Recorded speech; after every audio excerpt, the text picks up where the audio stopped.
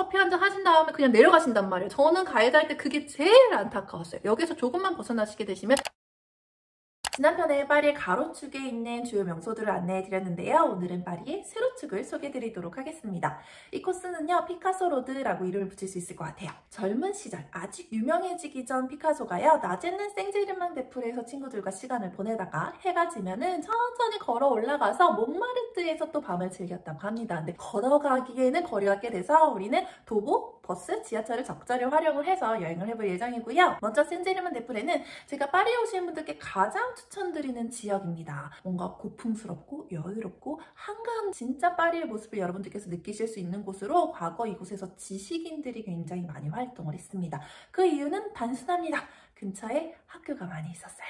여기 다니는 학생들뿐만이 아니라 교수진들도 이 거리를 활보를 했었고, 결정적으로 이들이 모여서 이야기를 나눌 수 있는 공간이 있었습니다. 그 기원은 르 프로코프, 세계 최초의 카페입니다. 물론 커피를 판매했던 곳은요, 이전에도 있었습니다. 뭐 이탈리아에도 있었고요, 파리에도 있었어요. 근데 여러분들 우리 친구들한테 야 카페 가자 라고 했을 때 그 카페는요, 단순히 음료를 마시는 공간은 아니잖아요. 좀 괜찮은 분위기에서 앉아서 음료를 마시면서 이야기를 나누는 그런 문화 공간으로서의 최초의 카페가 바로 이 르 프로코프죠. 여러분들 유럽 여행 하시다가요, 유서 깊은 카페에 가시게 되시면요, 벽은 거울이 이렇게 딱 장식이 되어 있습니다. 테이블 상판은 대리석이에요. 신문은 이런 데에 꽂혀 있고요, 옷걸이는 이렇게 생겼습니다. 다 르 프로코프 따라한 거예요. 안타깝게도 르 프로코프는 현재 레스토랑으로 업종이 전환이 돼서요, 애매한 시간에 가지 않는 한 무조건 식사를 하셔야 돼요. 근데 가격 대비 맛이 꼭 가보세요 라고 할 정도까지는 솔직히 아닙니다. 근데 그래도 뭐 초등학교 고학년에서 중학생 자녀와 함께 하시는 분들은 한 번쯤 가보시는 거 추천을 드리고요. 그래서 볼테르와 디디로가 주관했었던 백과사전 편찬회의가 여기에서 열리고요. 그 다음에 뭐 조르주 당통, 장폴 마라, 로베스피에르 이런 사람들이 여기에서 혁명을 도모합니다. 그리고 그 모임에 엄청 끼고 싶어 했었던 한 가난한 장교가 있었어요. 커피값을 내지 못해서 자신의 모자를 맡겨야 했었던 나폴레옹입니다. 이 외에도 뭐 빅토르 위고라든지 발자크, 쇼팽 이런 많은 문학과 예술가들이 이곳에서 어울렸고요. 그 흔적은 2층의 박물관처럼 전시가 되어 있습니다. 그래서 이런 교과서에 나오는 그런 역사적인 곳에서 식사를 하시는 게 아이들에게 굉장히 큰 교육의 장이 될 수 있을 것 같고, 뭐 그냥 간단하게 커피만 마시고 싶으신 분들은 지하철역이나 버스 정류장과 가까운 카페 르 플로르 혹은 레디마고를 추천을 드립니다. 지식인들이 모여들었었던 대표적인 두 카페고요. 그래서 그들을 사랑하는 많은 사람들이 그때도 지금도 이곳을 찾고 있습니다. 그래서 파리에서 제가 생각하기로는 현지인의 비율이 가장 높은 관광지가 여기가 아닐까 싶고요. 카페 아니고 관광지입니다. 가격도 상당히 비싼 편이에요. 근데 어떤 여기에서만 느낄 수 있는 우아하고 고풍스럽고 사람이 되게 많은데 뭔가 되게 여유롭고 약간 특유의 그런 분위기가 있어요. 그런 거 느끼시면서 파리 여행을 시작을 해보시는 것도 추천을 드리고, 이 카페 드 플로르와 레디마고 맞은편에는 피카소가 자신의 친구들과 어울렸었던 브라세리 립도 있습니다. 이 생제르맹-데-프레 지역이요, 생제르맹-데-프레라는 이름을 가지게 된 이유는 이 현존하는 파리의 가장 오래된 성당인 생제르맹-데-프레 성당이 여기 있었기 때문입니다. 과거에는 수도원이었어요. 그리고 그 맞은편에 어마어마한 규모의 루이비통 매장이 있습니다. 금욕의 상징인 수도원 바로 맞은편에 뭔가 사치의 상징인 이 루이비통 매장, 명품 매장이 있다는 것이 굉장히 파리스럽습니다. 구글맵에서는요, 생제르맹-데-프레를 쇼핑가로 탈바꿈한 옛 문학 중심지라고 소개를 하는데 정말 정확한 묘사입니다. 프랑스인들이요, 약간 지식인, 지성인, 뭐 엘리트 이런 거에 대한 선망 같은 게 있었어요. 그래서 그때부터 사람들이 이곳으로 모이기 시작했고, 그리고 약간 그런 동네라는 것들이 또 부동산에 굉장히 영향을 미치는 그런 나라거든요. 그래서 집값이 오르고 그러면 이제 여기에 부자들이 모이게 되고, 부자들이 모이면 당연히 그런 쇼핑 공간들이 따라오게 되겠죠. 그래서 여기가 원래 출판사라든지 언론사들이 많았는데 그것들이 전부 다 이제 상점으로 바뀌게 되었고, 그래서 루이비통 매장, 셀린느, 에르메스 매장도 있고, 에르메스 매장은 특히 여기에 카페도 같이 운영이 되고 있어요. 그래서 그릇, 식기 이런 것들이 다 에르메스 제품으로 서비스가 되고요. 이런 명품 브랜드도 있고, 롤렉스, 오메가 같은 시계류, 귀금속류 매장들도 있고요. 그 다음에 아무리 돈이 많아도요, 이런 것만 입고 걸치지는 않잖아요. 갭, 자라, 이런 SPA 브랜드, 아페스 이자벨마랑 이로 같은 디자이너 브랜드, 캡슐커피 100개 묶으면 저렴하게 살 수 있는 네스프레소, 약국 화장품의 성지 시티파르마, 애플 매장까지 사고 싶은 게 있으면요, 걸어서 모든 것을 다 구하실 수가 있고요. 그 정점은 바로 르 봉마쉐, 세계 최초의 백화점입니다. 다른 파리 백화점에 비해서요, 내부가 굉장히 소박해 보이는데요. 에펠탑을 건설했었던 구스타프 에펠의 회사에서 디자인한 그 모습 그대로 남겨져 있기 때문입니다. 철이 사실 그렇게 고급스러운 자재는 아니잖아요. 근데 그게 이렇게 우아할 수도 있구나라는 것을 제가 처음으로 느꼈었던 공간이고, 트레이드 마크인 에스컬레이터도 구경을 하실 수가 있습니다. 위치적으로 관광지랑 좀 동떨어져 있어서 관광객들이 많이 찾는 편은 아니거든요. 그래서 한가롭고 여유로운 공간에서 천천히 쇼핑하실 수가 있고, 그리고 또 백화점이잖아요. 그래서 텍스 리펀드와 같은 서비스도 굉장히 잘 마련이 되어 있습니다. 무엇보다 식품관, 미시게 나라 프랑스 전 지역에서 가장 유명하고 가장 맛있는 것들만 쏙쏙쏙 골라가지고 탁 모아놓은 그런 공간입니다. 그리고 백화점 안에 있는 카페와 식당들이 다 기본 이상은 하거든요. 그래서 저는 일정이 되게 넉넉해요. 그리고 하루를 쇼핑으로 할애를 할 수가 있어야 하시는 분들께 이 생제르맹-데-프레 지역을 굉장히 추천을 드렸습니다. 아침에 좀 유서 깊은 카페에 가셔서 에스프레소와 크루아상으로 하루를 시작을 하는 거죠. 그리고 여기 근처에 릭상부르 정원이 있거든요. 제가 웨딩 스냅을 여기에서 찍었을 정도로 굉장히 우아하고 아름다운 공간이라고 기억을 하는 곳이에요. 그래서 여기까지 가는 길에 이제 쇼핑을 하시는 거죠. 쇼핑을 하시고, 그다음에 여기 안에서 가볍게 산책을 하시고 좀 휴식을 취하신 다음에 근처에서 점심 식사하시고, 그다음에 또 다시 복머시 백화점으로 가는 길에 쇼핑을 합니다. 쇼핑을 하고 복머시 백화점 또 돌고 여기에서 식사하시고 택시 타고 숙소로 딱 돌아가시면은 하루 일정 끝. 그래서 사실 파리가 그런 명품 쇼핑백을 들고 돌아다닐 정도로 그렇게 안전한 곳은 아니잖아요. 근데 이 생제르맹-데-프레 지역은요, 약간 헬렐레 하고 다녀도 소매치기를 당한 적이 한 번도 없고, 여기에서 소매치기를 당했다고 얘기를 들어본 적도 없습니다. 뭔가 관광객이 적으니까 소매치기도 적고, 그리고 또 되게 씁쓸한 이야기긴 하지만 부자들이 사는 동네잖아요. 그래서 좀 치안을 조금 더 각별히 신경 쓰는 걸로 알고 있어요. 그래서 나는 좀 고가의 제품을 산다 하시는 분들께서는 이 생제르맹-데-프레에서 구매를 하시는 거 추천을 드리고요. 뭐 쇼핑에 관심이 없어야 하시는 분들께서는 아침에 커피 한잔 하시고 95번 버스를 타시면 되십니다. 파리의 세로축을 관통하는 버스거든요. 특히 루브르 박물관 안을 쑥 지나요. 피라미드를 딱 버스에서 보실 수 있는 곳이고요. 그래서 루브르 박물관 내부에 들어가지 않을 거야 하시는 분들께서는 이 생제르맹-데-프레랑 묶어서 여행을 하셔도 좋습니다. 그래서 내리셔서 피라미드 사진 찍으시면 되시고, 나는 여기 나중에 갔어요 그럼 통과하신 다음에 빨레 후에알에서 내리시면 되십니다. 영어로 하면 왕의 궁전이고요. 원래 여기가 루이 13세의 재상이었었던 리슐리에의 저택이었어요. 그가 죽고 나서 루이 13세에게 이곳을 남겼고, 그래서 당시에는 5살이었었던 루이 14세가 자신의 동생과 함께 여기에 좀 머물면서 왕의 궁전이라는 이름을 갖게 되었죠. 아주 커다란 저택이 아름다운 정원을 이렇게 둘러싸고 있는 곳이고요. 카페도 있고 쇼핑가도 있고, 그리고 파사주 되게 예쁜 갤러리 비비엔느와 연결이 또 되어 있으니까 시간을 보내실 수가 있고, 그리고 또 추천드리기로는 여기 에어비앤비도 있어요. 사실 제가 2년 동안 파리에서 머물면서 내가 저기서 하룻밤은 자야지 항상 째려봤었던 그런 곳인데 결국엔 자지 못했습니다. 너무 비싸요. 그래서 여유가 되시는 분들께서는 루이 14세가 살았었던 왕의 저택에서 하룻밤 묵어보시는 것도 추천을 드리고, 또 여기 근처에 우동집으로 유명한 산육기야를 비롯한 일식집, 한식집, 베트남 음식점들이 딱 모여 있어요. 프랑스 뭐 미식의 나라라고 하지만 계속 먹다 보면 물립니다. 그리고 짜요. 특별히 이제 겨울에 여행하시는 분들께서는 뜨끈한 국물 같은 거 드셔주셔야 되잖아요. 여기서 익숙한 음식들 많이 만나실 수가 있고, 또 한인 마트도 있습니다. 한국인들만 먹는다는 깻잎, 청양고추 이런 채소까지 구하실 수가 있고, 또 라면 같은 거는 수출품들이 훨씬 더 맛있는 거 알고 계시죠? 파리에서 오래 머무르시는 분들께서는 루브르 박물관이나 아니면 빨레 후에알 가실 때 같이 들르시는 거 추천을 드립니다.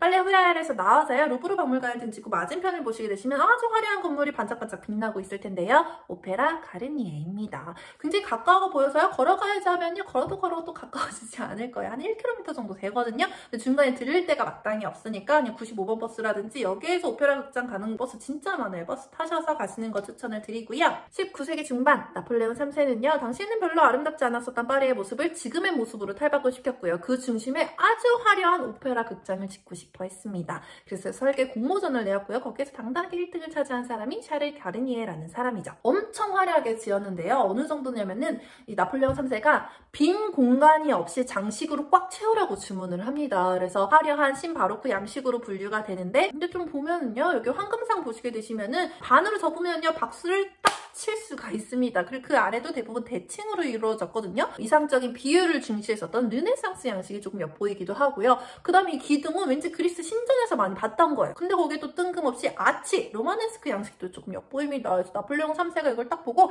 도대체 이게 무슨 양식이냐고 가르니에게 물었어요. 그러니까 우리의 가르니에, 황제시여, 이것은 세상에서 가장 아름다운 나폴레옹 3세 양식입니다 라고 답했다고 해요. 그래서 사회생활은 이렇게 하는 걸로. 그래서 여기서 끝이 아니라요. 맨 위에 에메랄드색 돔 같은 게 보이거든요. 나폴레옹 3세의 황관을 형상화한 것이고요. 그 앞에 이니셜 N이라고 적혀져 있는데 N은 나폴레옹 3세, E는 그에 비었었던 외제니드 몽티조를 의미하고 있습니다. 이렇게 나폴레옹을 위한 오페라 극장이 화려하게 지어지는데 안타깝게도 나폴레옹 3세는 완공된 모습을 볼 수가 없죠.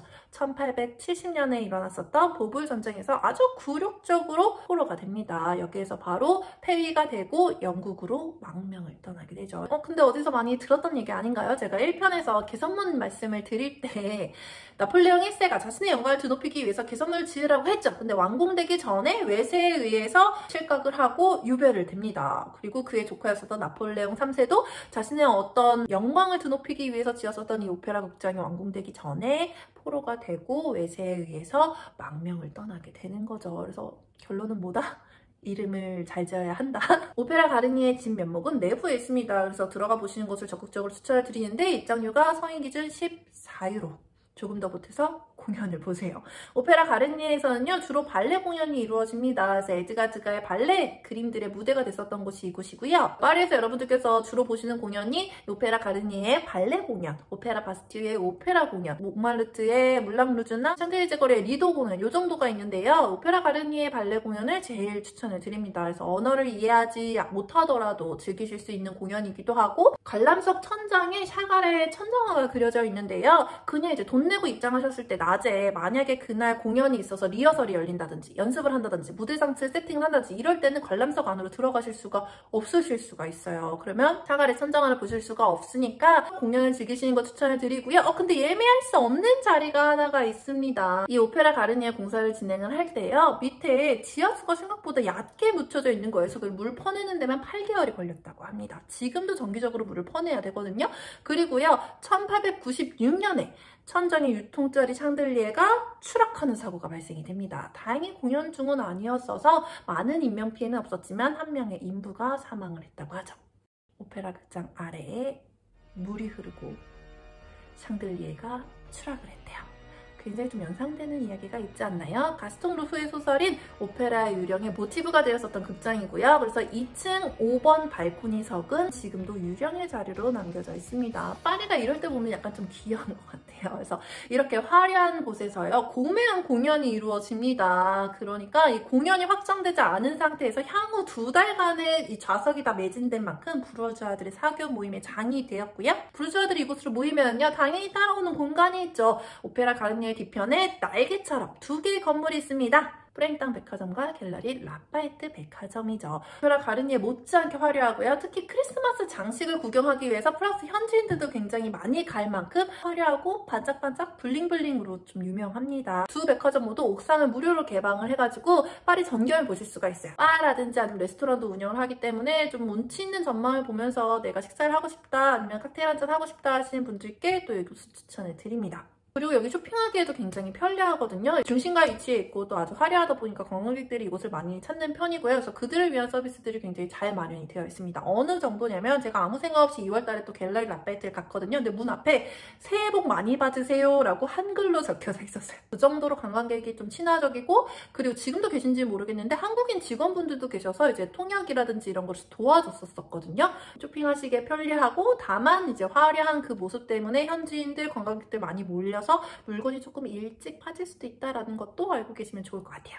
자, 이제 우리의 마지막 종착지인 몽마르트로 가볼 건데요. 몽마르트는 지하철을 이용해서 가시는 것을 추천해 드립니다. 몽마르트는요, 쉽게 말하면 달동네라고 생각을 하시면 되십니다. 우리나라도 88올림픽 할 때 이런 뭐 불법 건축물이라든지 판자통 같은 거 다 철거를 했잖아요. 그리고 거기 살던 분들이 이제 언덕이라서 아무도 살지 않았었던 곳에 우후죽순으로 집을 짓고 거주를 하셨는데, 몽마르트도 나폴레옹 3세가 파리 재개조를 했을 때 그때 철거민들이 많이 몰려가서 집을 막 우후죽순으로 세웠어요. 그리고 또 언덕이라서 좀 가파르거든요. 그래서 버스가 여기에 다니지 않습니다. 미니버스 하나가 다니기는 하는데 이거는 몽마르트에 사시는 어르신들을 위한 버스이기 때문에 탑승을 하시면 뭔가 지하철 노약자석에 앉았을 때 받는 그런 눈초리 같은 것들을 받으실 수가 있거든요. 근데 또 몽마르트가 약간 좀 활락가 같은 것도 있고, 또 관광객이 많다 보니까 소매치기들도 많고 야바이꾼, 또 팔찌산들 유명하잖아요. 그런 사람들이 길 곳곳에 있기 때문에 치안이 뭐 뭐 지하철이랑 몽마르트랑 그렇게 다를 바가 없어요. 그럴 경우에는 이 언덕을 가장 적게 오르는 노선을 제가 추천을 드리는 게 좋을 것 같아서 이 갤러리 라파에트 프렌타백화점 뒤편에 생라자르역이 있습니다. 여기 기차역이에요, 여러분. 제 가이드 동기가요, 한국에 휴가 갔다가 서울역에서 아이패드를 소매치기 당했거든요. 아주 안전하기로 유명한 서울에서도 기차역은 위험합니다.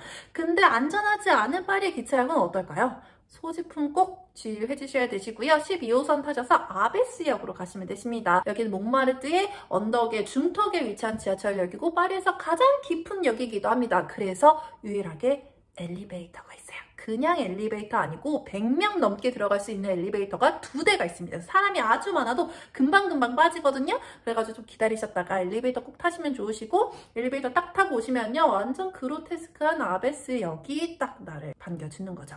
파리 지하철역 들어갈 때마다 뭔가 약간 나니아은데기? 여기 안으로 들어가면 뭔가 내가 다른 시간과 공간으로 들어갈 것만 같은 그런 느낌이 들죠. 19세기 말 식물에서 영감을 얻은 이 아르누보 양식이요, 파리에서 시작을 해서 유럽 전역을 휩쓸었고요. 이 디자인은 헥토르 기마드라고 하는 예술가가 고안한 양식이고요. 파리 전역의 지하철역에 설치가 되었죠. 특히 아베스역 출구 같은 경우는 헥토르 기마드가 직접 작업했었던 유일한 원본입니다. 그래서 여러분들께서 한 바퀴 특별하니까 보시면 되시고, 이걸 한 바퀴 돌 때 맞은편에 뭔가 굉장히 파랗고 쨍한 벽에서 사람들이 사진을 많이 찍고 있을 거예요. 사랑의 벽입니다. 가로 10m, 세로 4m 크기의 벽에 250개의 언어로 사랑해가 311번 적혀져 있습니다. 색이 어쩜 이렇게 쨍한 남색인지, 이 앞에서 사진 찍으면 얼굴색이 싹 살거든요. 그래서 사진 예쁘게 찍으시고 다시 출구로 오셔서 출구를 등지고 딱 앞에 보시면은 왼쪽에 쭉 평지를 걸으시다 보시면은 짜잔! 산악열차인 푸니쿨라가 나옵니다. 나비고 혹은 일반 교통권으로 탑승하실 수가 있고요. 그래서 이거 타고 올라가시면은 몽마르트의 언덕에 한 5분의 4 정도는 편하게 올라가실 수가 있는 거예요. 나머지 5분의 1은 그냥 계단을 걸으셔야 돼요. 그 꼭대기에 하얀색 사크르케르 성당을 만나실 수가 있고요. 뒤를 딱 도시면은 여기에서 바라보는 파리의 풍경이 진짜 너무 낭만적이에요. 이 사크레케르 성당은요, 1871년에 끝났었던 보볼 전쟁 패배 이후에 비탄에 빠진 국민들을 위로하고자 복음운동을 벌여서 지어진 성당이고요. 내부에 들어가시게 되시면 초상화가 쭉 있는데 한복을 입은 남자의 초상화도 있습니다. 김대건 신부님이고요. 각 나라에서 최초로 순교하신 분들의 초상화를 이곳에 전시를 하고 있습니다. 이 몽마르트라는 말의 어원은 여러 개로 추측이 되고 있는데, 가장 유력한 설로는 몽, 언덕, 마르트, 순교자의 언덕이라는 의미입니다. 파리 최초의 주교였었던 생드니가 기원 후 280년경 로마인에 의해서 이 언덕에서 참수형을 당하게 됩니다. 그래서 바로 여기에서 숨을 거두지 않고 떨어지는 자신의 머리를 탁 들어서 북쪽으로 6km를 걸어가면서 강론을 펼쳤다고 해요. 그리고 그가 쓰러진 곳에 생드니 성당이 생기고요. 그 지역의 이름이 생드니 지역으로 바뀌게 되었는데, 되게 아이러니한 게 이 생드니가 참수형을 당했었던 이 몽마르트는 19세기 가장 유명한 활락가가 되었고요. 그리고 그가 숨을 거둔 생드니 성당이 있는 지역은 현재 프랑스에서 가장 큰 우범 지역입니다. 이런 게 되게 역사의 아이러니가 아닌가 싶습니다. 이 사크레케르 성당을 보시고 왼쪽으로 가시면요, 이제 몽마르트의 어떤 메인 관광지가 나오는데, 약간 에버랜드? 사람이 일단 너무 많고요. 가게들이 다 기념품 점이에요. 그리고 여기 막 꼬마 기차 같은 것들이 이렇게 막 있고요. 사람들의 어떤 뒤통수를 보면서 이렇게 이 사람들이 가는 곳을 딱 가시게 되시면은 약간 메인 광장으로 알려진 테르트르 광장이 나옵니다. 여기에 이 초상 화가들이 다 앉아서 그림을 그리고 있는데, 아무나 여기에 이제를 펼쳐들고 그림을 그릴 수 있는 건 아니고, 시청에서 주최하는 오디션을 통과한 사람만 여기에 앉아서 그림을 그릴 수가 있습니다. 그래서 한국 분도 한 분 계신 걸로 제가 알고 있거든요.